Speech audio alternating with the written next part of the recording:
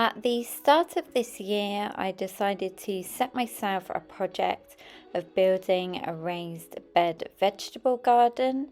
I shared with you in January episode 1, which was the start of the journey, and I will link that down below if you're interested. So today I am giving you an update on how everything is going and what I've decided to grow as a beginner gardener.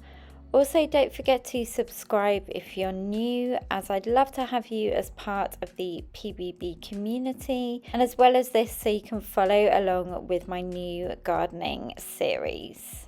In total, I have 4 raised beds consisting of 2 large and 1 small frame that make up each bed.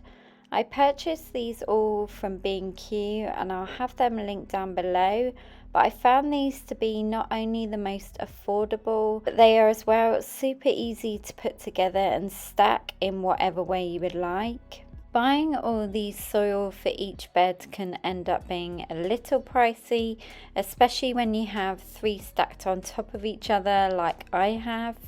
I wanted the 3 frames for the height more than anything, just so I didn't have to keep bending down on the ground all the time. Now, the way I saved the money on the soil was first by filling the bottom frame with rubble, weeds and leaves, etc. So I only need to then fill up the top 2 levels with compost. As well as this, I use one of the kitchen garden liners from B&Q to line the second large frame ready for the soil. And finally, for the soil, I used a mixture of compost from my parents' composting bin, and we also have one too, as well as manure and grow bag soil that you can purchase from B&Q as well. This was the most affordable way I found to do it, but I didn't purchase everything at once. And once you do have everything, then you would only need to maybe buy a few bags of compost each year to top it up when you do come to sow your fruit and veg. But of course, this does depend on how many beds you decide to make and use. When it comes to growing produce, I only choose stuff to plant that I know we will use and do use already. As a beginner, this is all trial and error for me. Nevertheless, I have tried to research everything I've planted so far, and I will pop a list down below of my favourite garden accounts I love to follow for tips, tricks and more. Okay, let me take you on a tour of what I have planted. Starting off in this first top bed, this was one of the initial things I planted, and that was potatoes. I can't remember the type, but I do believe I purchased these from Home Bargains.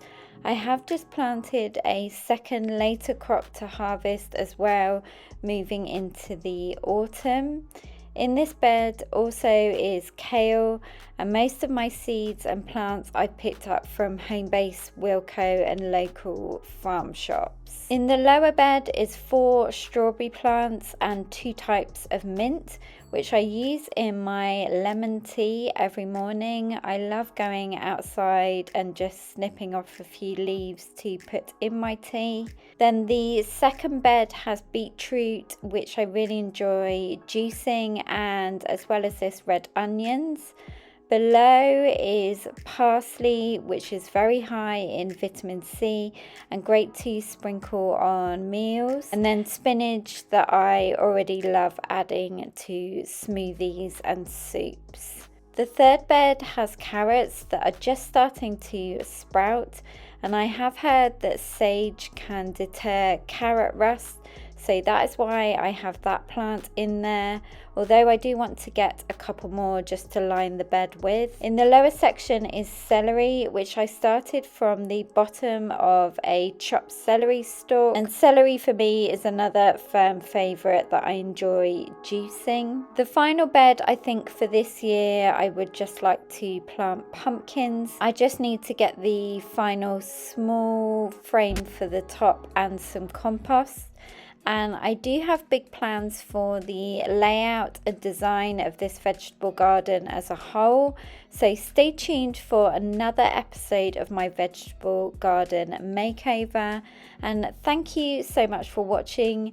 Give this video a big thumbs up if you did enjoy it. And I hope you all had a great weekend, and I will look forward to seeing you in my next video.